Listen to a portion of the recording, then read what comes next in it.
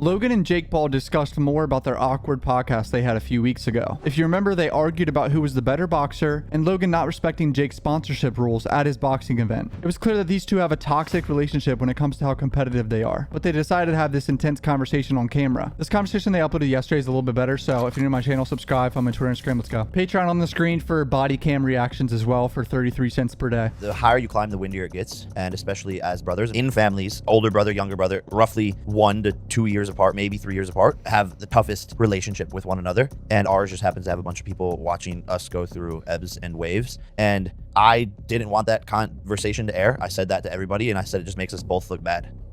You guys still aired it. Yeah. When will Logan learn, dude? If Jake Paul is telling you this makes us look bad, don't post it.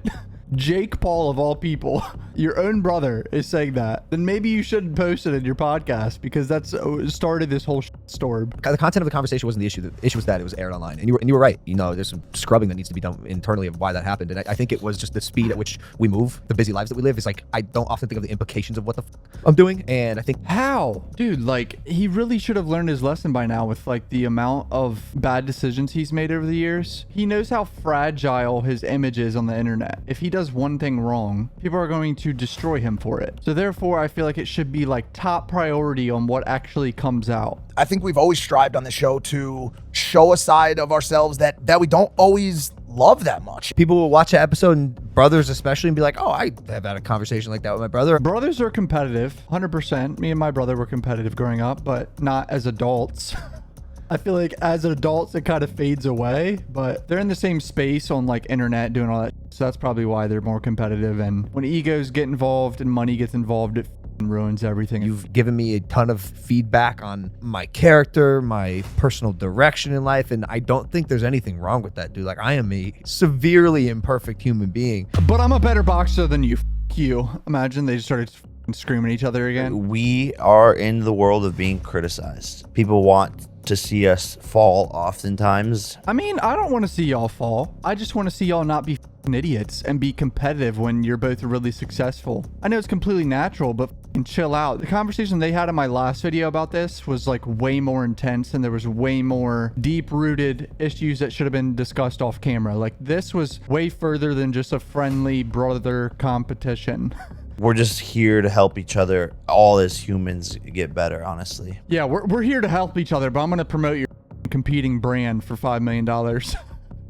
I'm gonna go promote Celsius and Zoa energy drink. I'm gonna go promote these random energy drinks, but we're here to help each other, right? I'm just kidding. I know Jake probably didn't have too much control over the Celsius sponsorship, but still a little bit of a scumbag move. I mean, whatever. It's how business works. You got to take sponsors to make money, but it's kind of funny. I'm so ingrained in camp. I had a great workout this morning. We're gonna go to the track right after this. Like, oh, look at his biceps. What do y'all think the percentage chance is that Logan is natural? I'm guessing 20% chance he's natural. I respect that he even has this physique with how busy of a person he is. I'm sure with like all the nonsense going on in his life, you know, dealing with a fiance situation.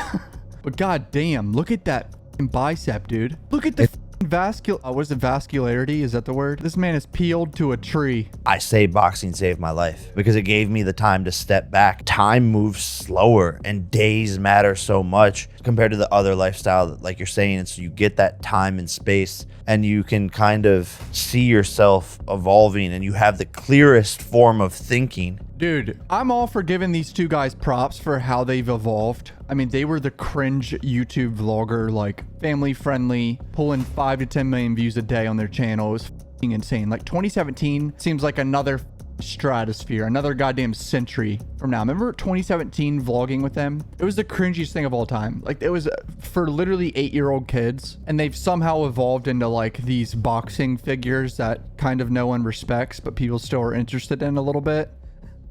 If Logan or Jake keeps beating people, it'll be impressive. Jake did just get humbled against Tommy Fury a little bit, but I'm sure he'll come back at some point. But the evolution of the Paul brothers is respectable, besides the scamming side and the sketchy side, where they do really dumb projects that ends up being complete scams. Like, I don't understand that side. Like, you are a multi-millionaire, stop scamming your audience, but whatever. I just wanted to pose that to you guys and just let's go out. Yeah, that's what you gotta do when Mike talks on their podcast. You just gotta skip through it, dude. Bro, just be yapping about whatever.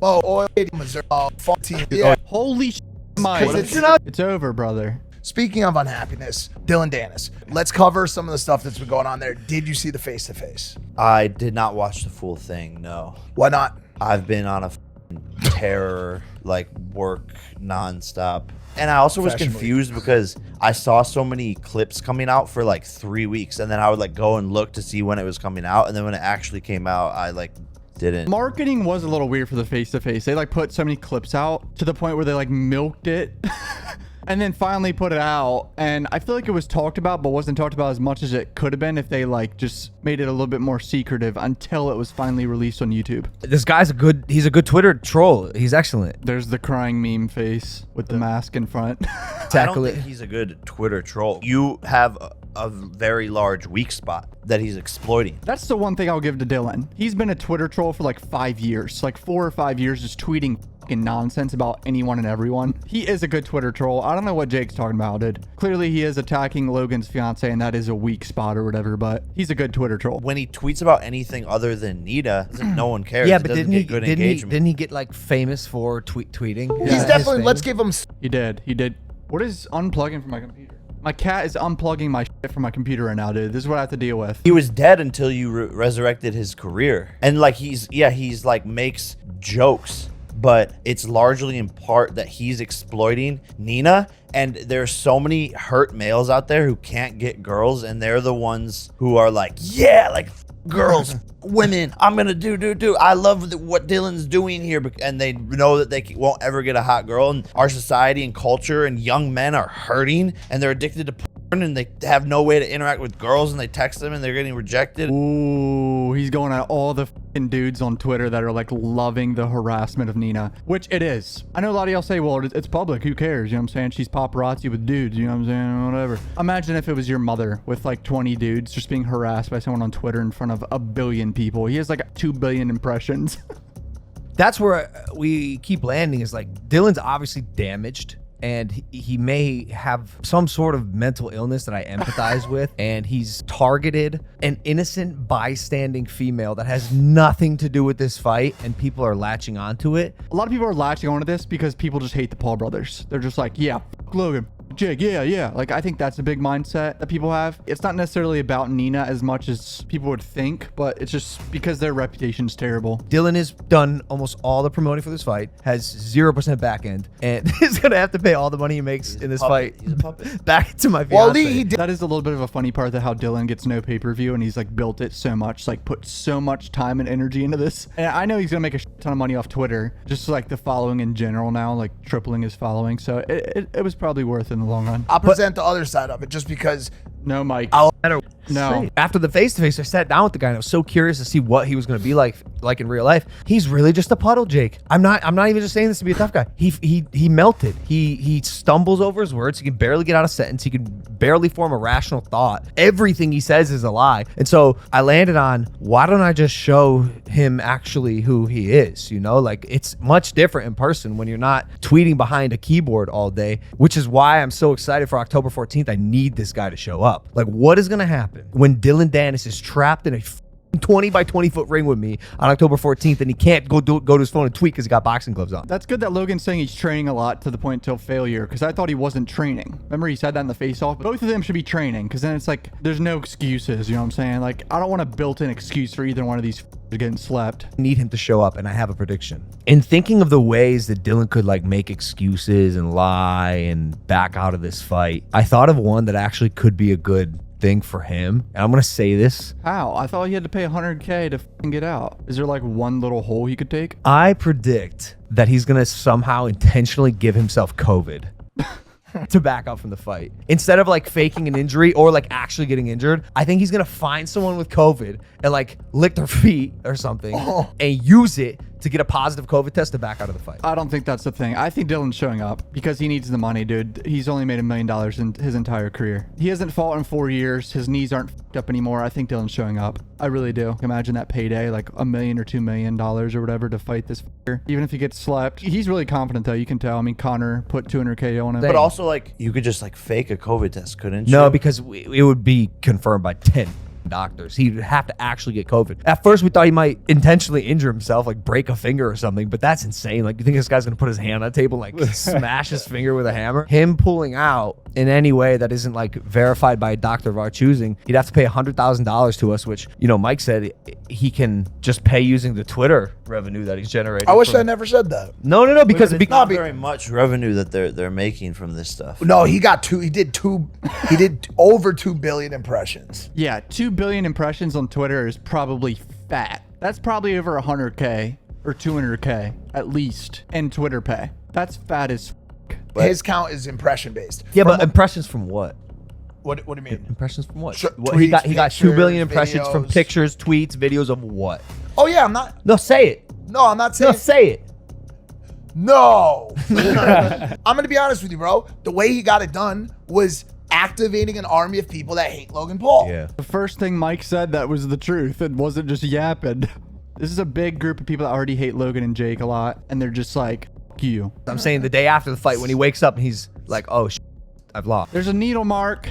Y'all see it right there? There's the needle mark right there, boys. It's over. Logan, you're done for. You got a needle mark. I'm just kidding. He probably shoots it in his ass so no one can see. I said this in the face-to-face. Bro, He's getting what? validation that he hasn't gotten in a while. That's a good feeling, dude. Like, if you haven't gotten that type of attention and validation, a bunch of people online telling you, you know, you're the man, your tweets are funny, no matter how evil they are, that can make you do things that you normally wouldn't do. Oh, yeah, that's the truth, brother. That is the truth. Whenever you get a nice clout burst of, like, impressions or a video goes crazy, like, I'll admit to that. Like, yeah, if I get a YouTube video that gets 1 million views or something, I'm like, through the goddamn roof, of course. So Dillon experiencing this is probably some dopamine hits for sure. You know what I'm saying? I've been there, but these actions have consequences, right? His actions have a series of consequences. There's legal consequences that will see how it plays out. I have a feeling I know how it's going to play out. And then there's Logan consequences. You have to get in a ring with me and face me man to man after everything you've said, and we're gonna see just how valid you are, just how intense, just how much of a non-Twitter warrior real fighter. Dude, I might live stream this fight, like my reaction to it, and just sitting here